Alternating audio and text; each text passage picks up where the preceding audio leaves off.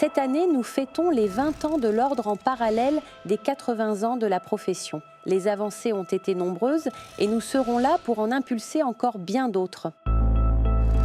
Nous sommes le 13 avril 1946 et une nouvelle profession est née, les masseurs kinésithérapeutes. L'objectif, réguler les pratiques pour aider la population à se remettre de ses séquelles. Le kinésithérapeute n'est plus le masseur d'antan. Il se trouve être le monsieur chargé de la récupération motrice des malades. C'est aussi avant tout un rôle de rendre une indépendance aux gens. Le message du ministre est fort, il a pris les dossiers principaux. C'est les médecins qui, d'ailleurs par la loi et par la logique, décident le nombre, la qualité et la quantité.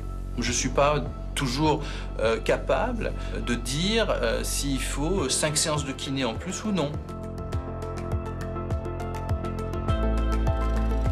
C'est avec beaucoup d'émotion que je mesure la confiance qui m'est faite.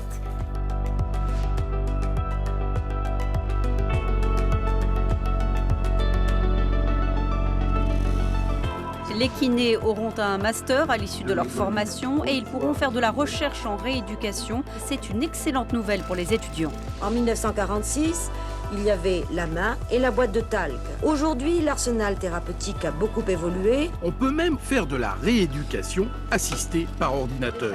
Les nouvelles technologies du numérique font irruption dans le monde de la kinésithérapie.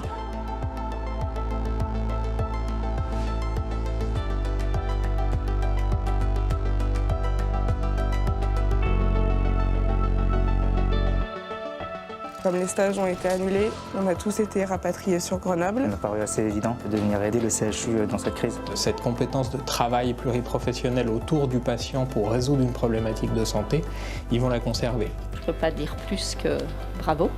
Aller chez son kinésithérapeute et en profiter pour se faire tester. C'est désormais possible. Je vais vous dire une chose, j'ai été médecin neurologue, j'ai prescrit des wagons de rééducation kiné, sans savoir forcément mieux que le kiné à qui je prescris la rééducation, ce qui était bon pour mon malade. Je ne serai pas le ministre qui freinera par rapport à ça, et je l'assume.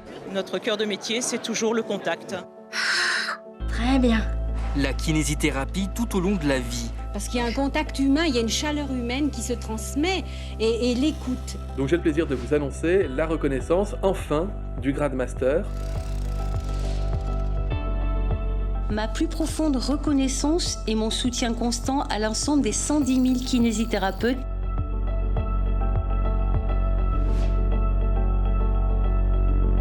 La Chambre disciplinaire nationale, c'est une juridiction et c'est l'un des moyens dont dispose le Conseil pour veiller au respect des règles déontologiques. L'ordre agit en prévention afin de promouvoir une relation thérapeutique saine et sécurisée en luttant contre les violences sexistes et sexuelles.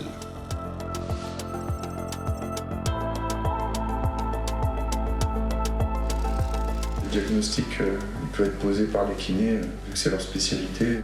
Alors les kinés défendent l'accès direct, sans passer par le généraliste. Ce qui fait qu'on a confiance dans le kiné, c'est parce qu'il est formé à l'université et qu'il a les compétences de faire cet accès direct.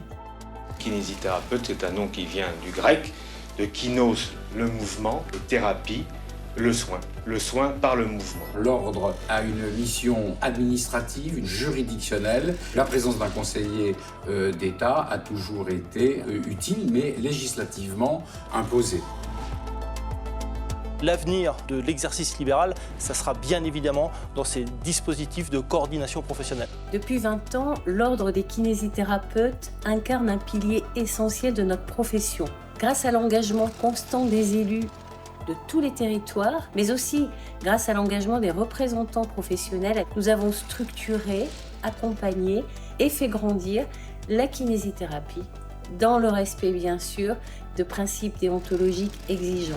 C'est cette exigence qui fonde la confiance des patients et garantit la qualité des soins.